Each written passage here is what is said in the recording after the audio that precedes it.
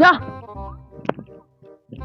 अरे happy new year भैया happy new year क्या हैप्पी न्यू ईयर बोल रहा कि हैप्पी न्यू ईयर हो था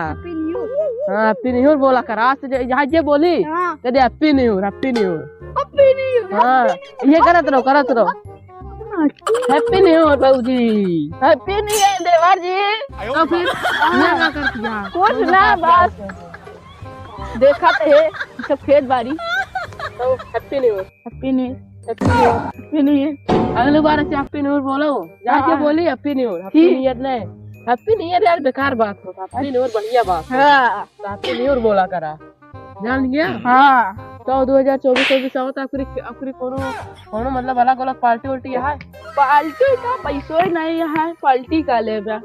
पैसो ही नहीं है इसे दादा सोना उना पहिरे आई तो झुमका उनका कहा जाएगी सब यार तो हम बहुत मुसीबत भैंस बेच के बनवाया है भैंस बेच के बनवाया यार